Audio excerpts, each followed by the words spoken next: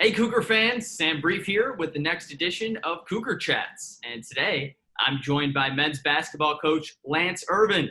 Coach Irvin, welcome on in. What's up, Sam? How Little are fist you? bump. We're fired up here. Yes, let's go. I'm We are always ready to excited. get going. You're bringing the energy on this afternoon, and I want to ask you, sort of along the lines of your energy, what most fires you up about the upcoming season after so much time out of the gym? You know what? Just being able to finally play. I mean, I haven't seen a lot of the guys since like March 12th almost, and that was out in Vegas. But just happy to finally have an opportunity, if we do have an opportunity to get out there and play. We have some new guys. We actually have a lot more size from last year. We have 2 point guards finally for the first time since I've been here. So I'm excited about the year, but I'm a person, Sam. I always have a lot of passion and a lot of energy. So I get excited most days that I wake up. Well, hey, you got to fire me up every morning. I could use a little energy boost. How's that? I can get you going. Trust and believe. I can get you going. Motivation is not one of my problems. What motivates you every day now in your third year as head coach? What's your primary motivation?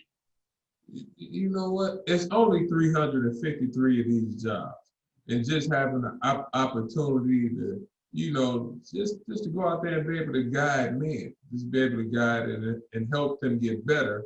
With basketball, but not also basketball, but outside of basketball too. It's just getting them to know that, and understand that life will hit you with some curveballs.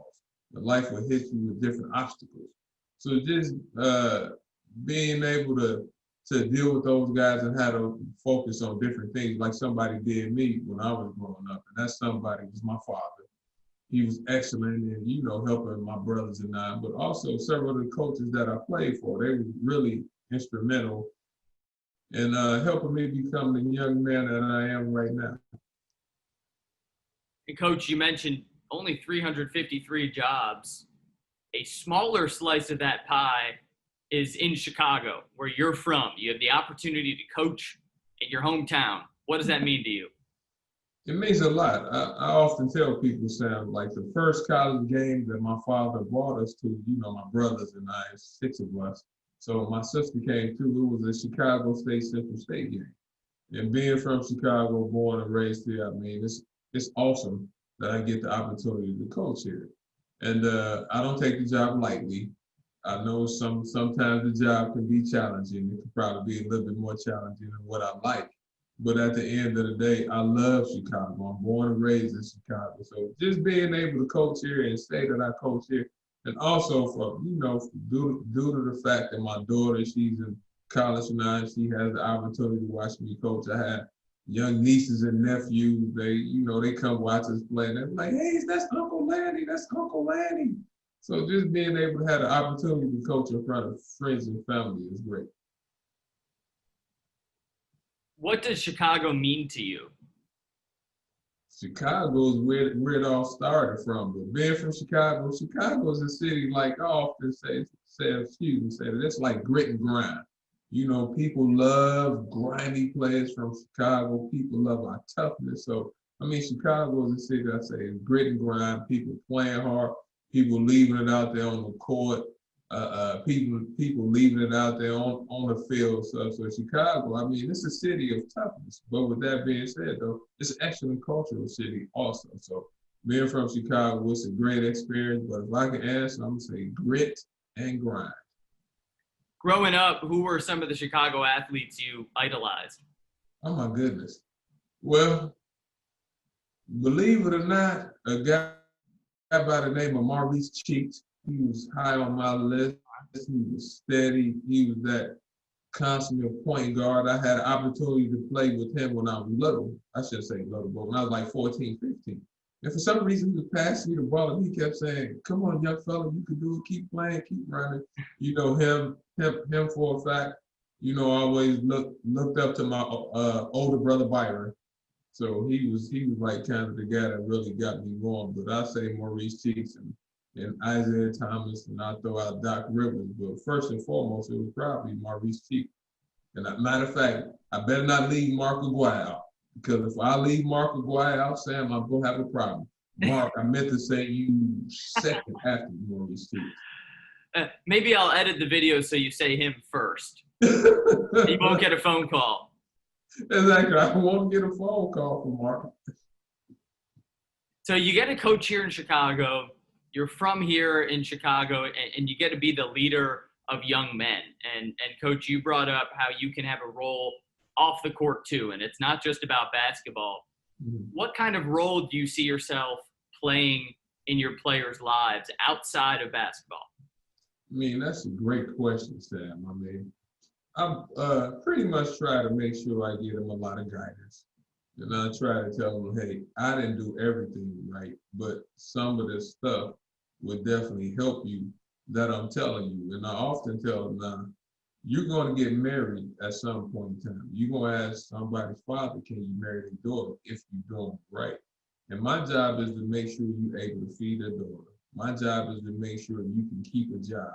My job is to make sure that you can be the man that God wants you to be. So I tend to say, my job is just to get them guidance and lead them in the right place, in the right direction. What was the biggest challenge last season? Sam, you trying to get me started, Sam. I'm in a good mood. Now you're trying to change my mood, Sam. But the biggest challenge last year was like, we had 9 new guys. Mm-hmm. Nobody had played Division I. We had CJ, but CJ left. He had some personal reasons, so he left.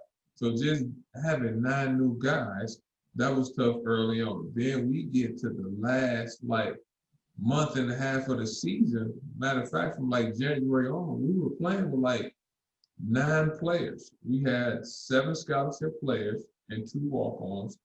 And from time to time, we always had a guy hurt. So some games we would play with 6 scholarship players, 2 walk-ons. I think one game we actually had 7 players.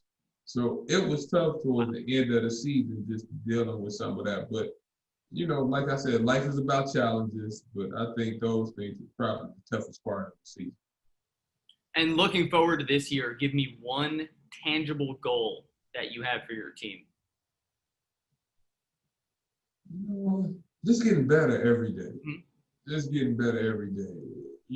I think we all know that, my job is, coaching is based on wins and losses. So I'm not going to throw a win number out there, but definitely winning more games than last year, Sam, and more games than what I won my first year. So just getting better each and every day and getting the guys to gel soon. And if we can stay away from injuries, I think we'll be fine.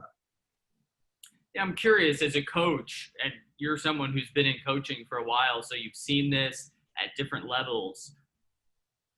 When you talk about a team getting better and you see that day in and day out in practice, what does it look like? When does that moment click? Oh, we are getting better at this. I mean, I think, Sam, it's when guys really start to cheer guys up. Mm-hmm. And also when a guy knows and understands, I have your back. When you seeing guys have people back, for instance, say if you drive, Sam, and you get beat, and I'm on the weak side. If I slide over and take yours, then the next person is sliding over, helping the helper. That's when you know that you have a group that's really in it for the right reason, and you have a really special group. Because everybody, it's no I. It's no I. It's we. And I'm starting to say it this year, squad over self. So, when you thinking about the team and you acting like a team and moving like a team, that's when you know you really have it. Squad over self. That's the message. Squad over self. I even made a shirt, Sam. I might give you. Really? Squad over, I should have worn it. It's yellow also. Squad why yellow? You know what? I like the color yellow, especially in the summer. I like warm weather. Yeah. 80% of the time. So when I see yellow, it puts me in a happy mood. It's a bright color. Also, my wife told me I look nice in yellow. You do look nice in yellow. Although, you said you like warm weather 80% of the time and you're a Chicagoan. So those don't really go together. I left 20 for the Chicago Cold. That's a cold 20. That's a cold 20. That's Well, no, cold. the yellow is a mood brightener. I think there was some study out there from a few years back about how classrooms painted yellow, the students got better test scores in those rooms versus rooms with white walls. Wow. It's a refreshing color. Like it Yeah, makes you feel it is. good. I think that's why I love yellow. I like it. Love I it. like it. You look good, Love Coach. it. Love it. Well, you're telling me your favorite color, so I want to dig a little deeper and ask you some more sort of rapid fire questions here. Learn a little more about you. Let's dig, Sam. Come on, let's go. All right, let's do it. Let's do it. So it's time for a lightning round. Coach Lance Irvin, here we go. If you were a flavor of ice cream, what flavor would you be? Oh, chocolate chip cookie dough. All right, tell me why. I'm an ice cream guy. I love the way, like my daughter say something like texture, substance. I just love the way that it tastes. That's good. I love cookie dough. I'm with you there. What's the number one thing on your bucket list? Whoa, to visit Africa. I love traveling. My wife, my daughter, we love traveling. I always wanted to go to Africa. So that's number one, going to Africa. What's your favorite TV channel? You know what, Sam? So you think I'm going to say ESPN, going to say Home and Garden by far. Home and Garden. Home and Garden. A I love curveball. looking at houses. I love thinking I can fix up a house. Home and Garden by far, number one. Oh, hey, I love it. I love it. In your mind, what's the best invention of all time? Whoa. The airplane. The what? Oh, the airplane. The airplane, because you can fly, you can get anywhere quick versus instead of having a 15-hour drive, you have like a 2-hour flight. Mm-hmm. And you can knock that item off your bucket list via the airplane. Exactly. The airplane. All right, good one. All right, here's one. If you could take a swim in any liquid other than water, what liquid would you choose? Man, that's tough. Whoa.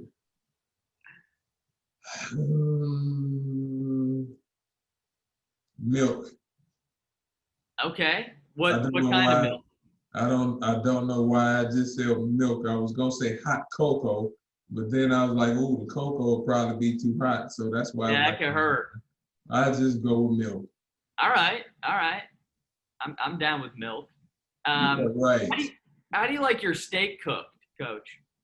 Medium well plus. Medium well plus. Plus. Okay, No, so you don't like much pink.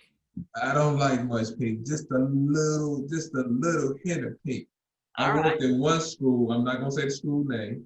We used to go have steaks at every road game. So one of the guy's name was Doc Gitchen. He taught me how to enjoy and how to order steaks. Medium well plus, Lance, just a little bit of pink. Okay. I'm more of a rare guy. I like it medium rare. I like a whole lot of pink. Oh, no, not me. I can't stop with that, Sam. No way. All right, so you're not coming to my place for steaks, I guess. But what about this? Maybe we agree on this one. How do you like your coffee? I don't drink coffee. You don't drink coffee? I drink frappuccinos. Oh, okay. What kind of frap? Sometimes s'mores from Starbucks. Ooh. Or caramel. Or if I go to McDonald's, they used to have the chocolate chip frappuccinos. Oh, those are great. You know how to live, my friend. Those is great, really good. But I've never been a frappuccino. It's a nice move. All right, last question I got for you here. What is your favorite day of the week? Sunday. And why is that? Because I get to go to church. You know, when I go to church, I can have a bad week, but when I walk through the church doors, I start having a great week. So church and Sunday is my favorite day of the week because I get to spend it with the Lord. Wonderful.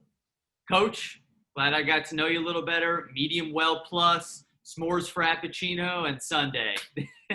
Yes, that's it. Awesome. Well, thanks for your time, Coach. Appreciate it. Thanks, sir. I appreciate you.